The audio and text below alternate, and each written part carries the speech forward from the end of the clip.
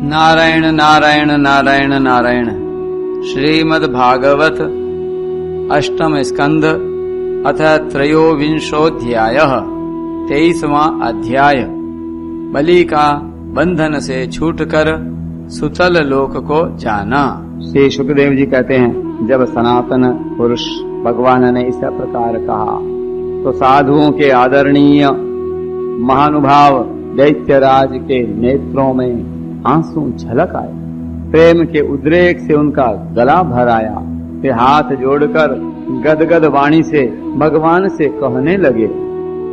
बलि ने कहा, प्रभो, मैंने तो आपको पूरा प्रणाम भी नहीं किया, केवल प्रणाम करने मात्र की चेष्टा भर की, उसी से मुझे वह फल मिला जो आपके चरणों के शरणागत भक्तों को प्राप्त होता है।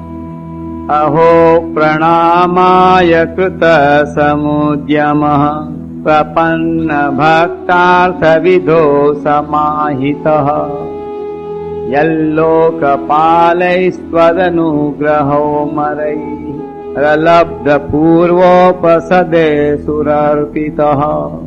बड़े बड़े लोकपाल और देवताओं पर आपने जो कृपा कभी नहीं की, वह मुझ जैसे नीच असुर को सहज ही प्राप्त हो गई। श्री सुखदेव जी कहते हैं, परीक्षित, यूं कहते ही बलि वरुण के पाशों से मुक्त हो गए। तब उन्होंने भगवान ब्रह्मा जी और शंकर जी को प्रणाम किया है और इसके बाद बड़ी प्रसन्नता से असुरों के साथ सुतल लोक की यात्रा की। इस प्रकार भगवान ने बलि से ये स्वर्ग का राज्य लेकर इंद्र को दे दिया। अदिति की कामना पूर्ण की और स्वयं उपेंद्र बनकर वे सारे जगत का शासन करने लगे। जब प्रहलाद ने देखा कि मेरे वंशधर पौत्र राजा बलि बंधन से छूट गए और उन्होंने भगवान का कृपा प्रसाद उन्हें प्राप्त हो गया, तो वे भक्ति भाव से भर गए। उस समय उन्होंने भगवान की इस प्रकार स्तुति की। प्रहलाद जी ने कहा, प्रभो, यह कृपा प्रसाद तो कभी ब्रह्मा जी, लक्ष्मी जी और शंकर जी को भी नहीं प्राप्त हुआ, कब दूसरों की तो बात ही क्या है। अहो, विश्व वंद्य ब्रह्मा आदि भी जिनके चरणों की वंदना करते रहते हैं, वही आप हम असुरों के दुर्गपाल किलेदार हो गए। शरणागत वत्सल प्रभो, ब्रह्मा आदि लोकपाल आपके चरण कमलों का मकरंद रस सेवन करने के कारण सृष्टि रचना की शक्ति आदि अनेक विभूतियां प्राप्त करते हैं।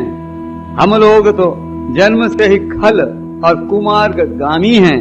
हम पर आपकी ऐसी अनुग्रह पूर्ण दृष्टि कैसे हो गई, जो आप हमारे द्वारपाल ही बन गए। आपने अपनी योग माया से खेल ही खेल में तो इस त्रिभुवन की रचना कर दी। आप सर्वज्ञ, सर्वात्मा और समदर्शी हैं, फिर भी आपकी लीलाएं बड़ी विलक्षण जान पड़ती हैं। आपका स्वभाव कल्प वृक्ष के समान है, क्योंकि आप अपने भक्तों से अत्यंत प्रेम करते हैं। इसी से कभी कभी उपासकों के प्रति पक्षपात और विमुखों के प्रति निर्दयता भी आप में देखी जाती है। सच्चिदानंद भगवान की जय। श्री भगवान ने कहा, बेटा प्रहलाद, तुम्हारा कल्याण हो। अब तुम भी सुतल लोक में जाओ, वहाँ अपने पौत्र बलि के साथ आनंद पूर्वक रहो और जाति बंधुओं को सुखी करो। वहाँ तुम मुझे नित्य ही गदा हाथ में लिए खड़ा देखोगे। मेरे दर्शन के परमानंद में मग्न रहने के कारण तुम्हारे सारे कर्म बंधन नष्ट हो जाएंगे। श्री सुखदेव जी कहते हैं, परीक्षित, समस्त दैत्य सेना के स्वामी विशुद्ध बुद्धि प्रहलाद जी ने जो आज्ञा कहकर हाथ जोड़ भगवान का आदेश मस्तक पर चढ़ाया और उन्होंने बलि के साथ आदि पुरुष भगवान की परिक्रमा की, उन्हें प्रणाम किया और उनसे अनुमति लेकर सुतल लोक की यात्रा की। परीक्षित, उस समय भगवान श्री हरि ने ब्रह्मवादी ऋषियों की सभा में अपने पास ही बैठे हुए शुक्राचार्य जी से कहा, ब्राह्मण, आपका शिष्य यज्ञ कर रहा था, उसमें जो त्रुटि रह गई है उसे आप पूर्ण कर दीजिए, क्योंकि कर्म करने में जो कुछ भूल चूक हो जाती है वह ब्राह्मणों की कृपा दृष्टि से सुधर जाती है। शुक्राचार्य जी ने कहा, भगवान, जिसने अपना समस्त कर्म समर्पित करके सब प्रकार से यज्ञेश्वर यज्ञ पुरुष आपकी पूजा की है, उसके कर्म में कोई त्रुटि, कोई विषमता कैसे रह सकती है? क्योंकि मंत्रों की, अनुष्ठान पद्धति की, देश, काल, पात्र और वस्तु की सारी भूलें आपके नाम संकीर्तन मात्र से सुधर जाती हैं। आपका नाम सारी त्रुटियों को पूर्ण कर देता है। सर्वं करोति निश्छिद्रम नाम संकीर्तनम तव। तथापि अनंत, जब आप स्वयं कह रहे हैं तब मैं आपकी आज्ञा का अवश्य पालन करूंगा। मनुष्य के लिए सबसे बड़ा कल्याण का साधन यही है कि वह आपकी आज्ञा का पालन करे। श्री सुखदेव जी कहते हैं, भगवान शुक्राचार्य ने भगवान श्री हरि की यह आज्ञा स्वीकार करके दूसरे ब्रह्मर्षियों के साथ बलि के यज्ञ में जो कमी रह गई थी उसे पूर्ण किया। परीक्षित, इस प्रकार वामन भगवान ने बलि से पृथ्वी की भिक्षा मांगकर अपने बड़े भाई इंद्र को स्वर्ग का राज्य दिया, जिसे उनके शत्रुओं ने छीन लिया था। इसके बाद प्रजापतियों के स्वामी ब्रह्मा जी ने देवर्षि, पितर, मनु, दक्ष, भृगु, अंगिरा, सनत कुमार और शंकर जी के साथ कश्यप एवं अदिति की प्रसन्नता के लिए तथा संपूर्ण प्राणियों के अभ्युदय के लिए समस्त लोक और लोकपालों के स्वामी के पद पर वामन भगवान का अभिषेक कर दिया। बोलिए वामन भगवान की जय। परीक्षित, वेद, समस्त देवता, धर्म, यश, लक्ष्मी, मंगल, व्रत, स्वर्ग और अपवर्ग सबके रक्षक के रूप में सबके परम कल्याण के लिए सर्वशक्तिमान वामन भगवान को उन्होंने उपेंद्र का पद दिया। उस समय सभी प्राणियों को अत्यंत आनंद हुआ। उपेंद्र भगवान की जय।